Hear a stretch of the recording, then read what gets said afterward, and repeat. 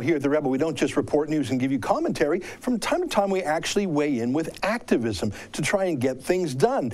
And that brings me to the case of Professor Jordan Peterson, Canada's most outspoken professor. And when he started speaking out, he found himself being subtly punished by authorities, telling him to, to cork it a bit. And in a mysterious circumstance, his usual grant application for funding for his research was turned down with no explanation. First time in his entire career. Well, that's where we stepped in with a crowdfunding campaign called supportpetersonresearch.com. Our goal was to raise the first year's worth of funding, research funding, not for him personally, but for his research staff, $73,000.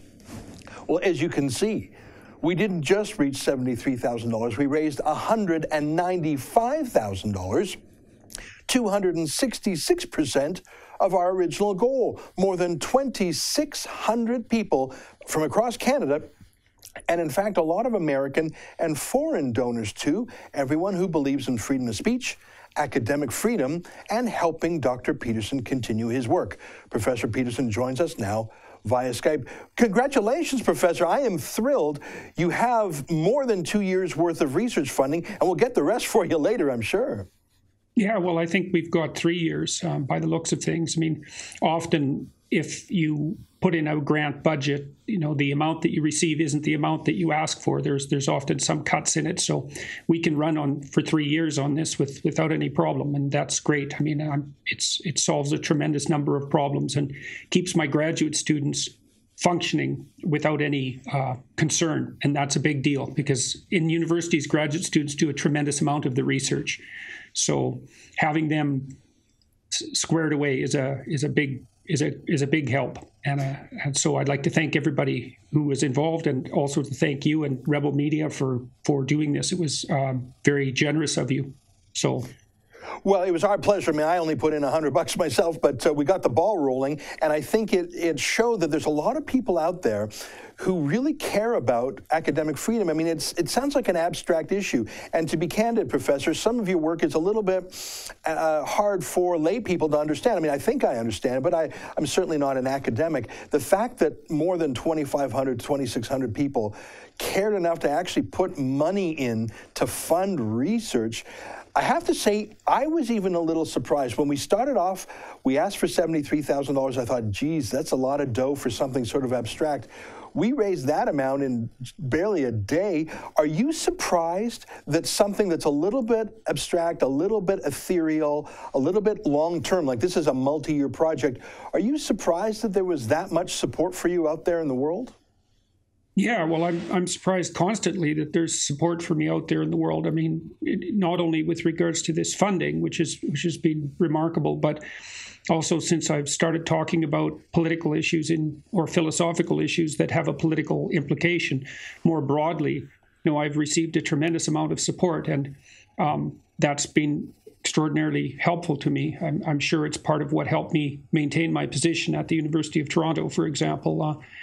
I guess it's reflective of the times that we're in. I mean, some of the research I'm doing with my graduate students pertains directly to the temperamental contributions to political belief, and I really do think that's something we need to understand better.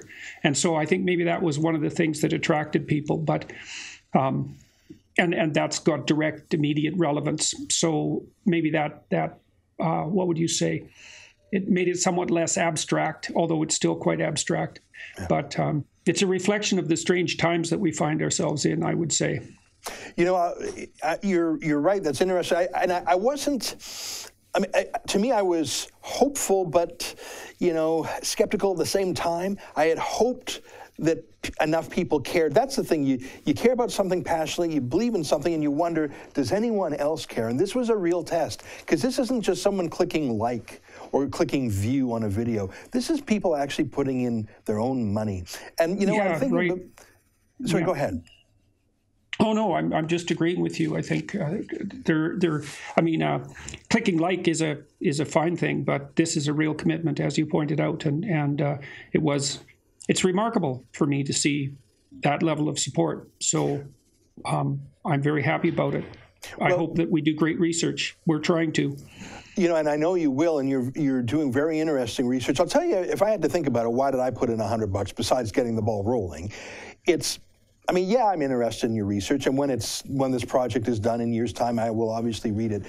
But I think what motivated me was we saw the piling on from administrators to these anonymous bureaucrats to social justice warriors, and I think finding an academic, finding a professor who shows any sort of courage, willing to lean into the hurricane instead of be blown over, you know, to support you, even if we don't quite understand. I don't quite understand where the $100, I mean, I know where it's going to the research. I don't quite understand the research. I don't think I need to know I want to support you doing it if the other side is taking away support from you.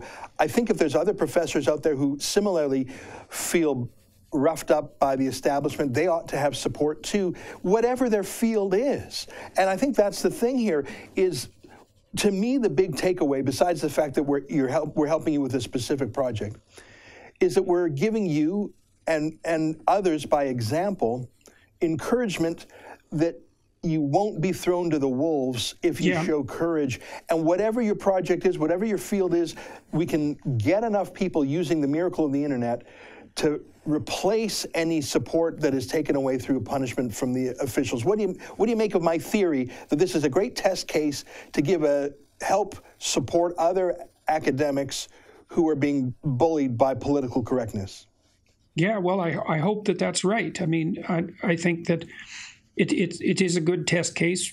To the degree to which it will generalize, you know, to other people whose research is in the same boat, let's say, remains to be seen. But it's definitely promising. Listen, Professor, the reason we had you on was to report to you the good news. In the next week or so, we will receive the funds from Indiegogo. That's the third-party crowdfunding engine we used. We will transfer them to you, care of the University of Toronto account that you tell us what to do, and we'll work with you on that. I'm going to start I'm doing a series of lectures on the psychological significance of the Bible starting May 16th, and those tickets are available to the public, but they'll also be put on YouTube, where all the people who've been supporting me, for example, the people who've donated, can watch them. I hope they'll be real useful. That's my plan anyways. Great. So again, thanks to everyone who contributed. It's quite remarkable. It's been very helpful and much appreciated.